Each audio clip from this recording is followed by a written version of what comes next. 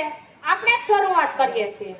આને આપણે વોટ દઈ તો એવું વિચારી કે આ મારો ભાઈ ઊભો છે આ મારી માસી ઊભી છે ઓલો મારો બાપ ઊભો છે પણ ઈ બધાને પટ્ટા મેકો કે આપણા કામમાં કોણ આવે છે ઈ વિચાર કરીને વોટ આપો તમારો લાખો રૂપિયાનો વોટ લઈ જાય છે 1000 રૂપિયામાં તમને ખરીદી જાય છે તમારી આટલી બધી હલકી કિંમત છે કે તમે 1000 રૂપિયામાં ગાંઠિયામાં ભજીયામાં વેચાઈ જાવ છો હું તો એમ કહું છું કે આવા ખેડૂતોને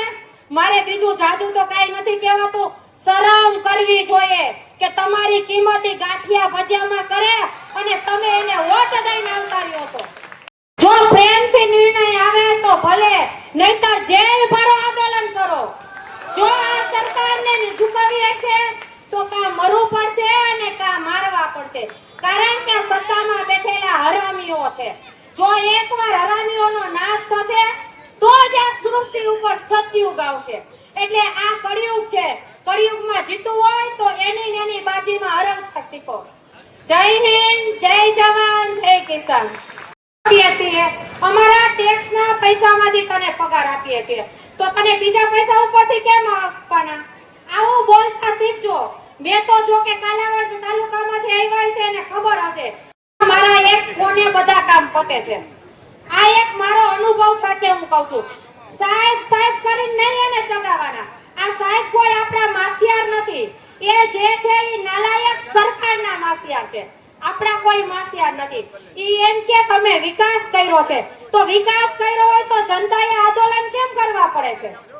આજે ખેડૂતોને આવડે આંદોલન થાય છે શિક્ષણ માટે આંદોલન થાય છે અને અત્યારે બળાત્કારીઓ એટલા વધી ગયા છે તો એના ઉપર કેમ આ સરકાર કોઈ એક્શન નથી લેતી અને રહી વાત પોલીસ વાળાની અને કલાકારોની આમાં કલાકારો તો 75% વેચાઈ ગયેલા છે દલાલિયા છે આ કોઈ કલાકાર નથી અને મારે આજે આ સ્ટેજથી દરેક ખેડૂતને કહેવું છે કે હવે પછી ડાયરા કરવાનું બંધ કરો તમારે તમારો હક જોઈતો હોય તો ડાયરા બંધ કરી ખેડૂત સંગઠન થાય ત્યાં તમારા પૈસાનો ઉપયોગ કરો કારણ કે આ સત્માર્ગે પૈસો જાય છે આજે ખેડૂત પાયમાલ છે દુખી છે બાકી કોઈ કલાકારને પૈસાની જરૂર નથી આપણે એને પૈસા ઉડાડ્યા મોટા સ્ટેજ દીધા તઈ આપણી સામે આ એક જનાવર બનીને સામે ચડ્યા છે અને બીજેપી વાળાની દલાલી કરે છે એટલે હું તો એવું કહું છું કે માયાભાઈ હોય કીર્તિદાન હોય કે બીજો હોય કે ત્રીજો હોય મને નામ લેવામાં કઈ ડર નથી લાગતો આવા કલાકારો જ્યારે ડાયરા કરે ત્યારે જો 18 વર્ષના અસલ ખેડૂતના દીકરા હોય તો 1 રૂપિયો ન નાખતા આજે આપણે પાર્ટ 1 અને પાર્ટ 2 તો કરી ચૂક્યા છે આમાં આપણે જોઈએ એવું પરિણામ આવ્યું નથી એટલે પાર્ટ 3 આપણે ચાલુ કરવા જઈ રહ્યા છીએ પણ આનો ઉદ્દેશ્ય શું છે કે આપણને ન્યાય નથી મળ્યો ત્યારે આપણે પાર્ટ 3 ચાલુ કરવું પડ્યું છે તો આ પાર્ટ 3 ચાલુ કરવામાં પહેલા તો દરેક ખેડૂત ભાઈઓનો ખૂબ ખૂબ આભાર અને મારી દરેક બહેનોનો વધુ આભાર કારણ કે નારી શક્તિ છે તો આ સૃષ્ટિ છે અને જ્યાં સુધી નારી શક્તિ નહીં જાગે ત્યાં સુધી તમારા એકાઈની તાકાત નથી કે તમે કોઈ યુદ્ધ પાર પાડી શકો અને આપણે આ પાર્ટ 3 કઈ રીતે ચાલુ કરવું પડે એટલે કદાચ હું મારા અનુભવ પ્રમાણે અને આમાં હું બધાથી જો કે અમુક મારી ઉંમર પ્રમાણે હું થોડીક વાત કરી દઉં કે આપણે અભિયાન ચાલુ શું કામ તમારે ડાયરા કરવા છે તમારી ઘરે દુબરી પાતરી 2-5 બહેનો દીકરીઓ છે એને પૈસા આપો કોઈ મૂંગા પશુ છે એને આપો આ હરામીઓને ચગાવીને તમે ક્યાં મેકી દીધા છે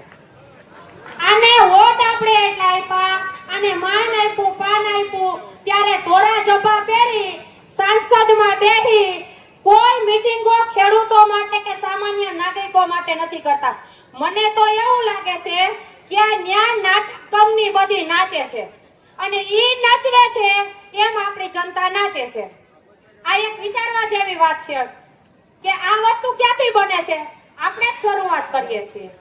આને આપણે વોટ દઈ તો એવું વિચારી કે આ મારો ભાઈ ઊભો છે આ મારી માસી ઊભી છે ઓલો મારો બાપ ઊભો છે પણ ઈ બધાને પટ્ટા મેકો કે આપણા કામમાં કોણ આવે છે ઈ વિચાર કરીને વોટ આપો તમારો લાખો રૂપિયાનો વોટ લઈ જાય છે 1000 રૂપિયામાં તમને ખરીદી જાય છે. તમારી આટલી બધી હલકી કિંમત છે કે તમે 1000 રૂપિયામાં ગાંઠિયામાં ભજીયામાં વેચાઈ જાવ છો. હું તો એમ કહું છું કે આવા ખેડૂતોને મારે બીજું જાજુ તો કાઈ નથી કહેવાતું, શરમ કરવી જોઈએ કે તમારી કિંમતી ગાંઠિયા ભજીયામાં કરે અને તમે એને વોટ દઈને અવતાર્યો છો. કે મારા ગામમાં મને 2 વ્યક્તિ ઓળખે છે, કે ભાઈના ગામમાં 2 ભાઈને 4 વ્યક્તિ ઓળખે છે, બાજુના ગામમાં 2 વ્યક્તિ ઓળખે છે. તો ગામડે ગામડે દરેક ખેડૂતો જાઓ અને ખેડૂત માટે જાગૃતિ આવે એવા પ્રયત્ન કરો. પહેલા આપણે સાથે ગામડા લઈએ, પછી તાલુકા વાઇઝ કરીએ, પછી જિલ્લા વાઇઝ કરીએ. જો આ સરકારને ઝુકાવી હશે તો સંગઠન મજબૂત જોશે, કારણ કે આના મૂળિયા બહુ ઊંડા વયા ગયા છે. આપણે એક ગાંઠ થઈ હોય એ સામાન્ય દવાથી નથી નીકળતી, તો આ હલકી કક્ષાની ગાંઠ છે, આને કાઢવા માટે જેવી તેવી દવા કામમાં નહીં આવે. આ ગાંઠને કાઢવી હશે તો ખેડૂતોએ સંગઠન કરવું જોશે. અત્યારે જ્યાં જોવો ત્યાં આંદોલન, અને પાછી આ હલકી કક્ષાની સરકાર એવું કહે છે કે અમે વિકાસ કર્યો છે. હવે આનો વિકાસ આમાં કોને દેખાય છે? આને વિકાસ કર્યો છે એ વાત સાચી છે કે 30 વર્ષ પહેલા આટલો ભ્રષ્ટાચાર ક્યાંય જોવા નહોતો મળતો. એ આ સરકારે વિકાસ કરીને બતાવી દીધું છે. જ્યાં જોવો ત્યાં રોડ રસ્તામાં એટલો બધો ભ્રષ્ટાચાર છે. અને રહી વાત શિક્ષણની, તો તમે અને હું આપણે પ્રાથમિક શાળામાં અભ્યાસ કર્યા છે, તોય આપણું શિક્ષણ આટલું છે. તો અત્યારે પ્રાઇવેટ સ્કૂલો, કારણ કે આ બધા એના મળતિયાઓએ પ્રાઇવેટ સ્કૂલો ચાલુ કરી છે, એના હિસાબે આ સરકારને જોતું હતું એવું આપણે પ્રોત્સાહન આપ્યું છે, ત્યારે આ સરકાર ભ્રષ્ટાચારી બની છે. કોઈ અધિકારી આપણી આગળ 500 રૂપિયા માંગે તો આપણને એમ થાય કે એની આગળ થવા થઈને 1000 રૂપિયા આપીએ છીએ, અને પાછા આપણે એવું કહીએ છીએ કે આ ભ્રષ્ટાચારી સરકાર છે. આ ભ્રષ્ટાચારી સરકાર બનાવવામાં 50% હિસ્સો આપણો છે. આ એક વિચારવા જેવી વાત છે. વિચાર કરજો કે તમારે એક દાખલો કઢાવવો હોય અને અધિકારી બેઠો બેઠો એમ કે પગાર લેતો હોય છતાંય એમ કે ભાઈ 200-500 દેજો, તો આપણે એમ કે 500 લઈ લે ને ભાઈ, પણ મારું કામ કરી દે. પણ તમે એકવાર અધિકારી સામે અવાજ ઉઠાવતા શીખો. હોય ભલે કડવું લાગે, મને કાઈ ફેર ન પડે, જેને પેટમાં દુખે એ ઘરે જઈને ગોળી લઈને હુઈ જાય છો, પણ જે વાત છે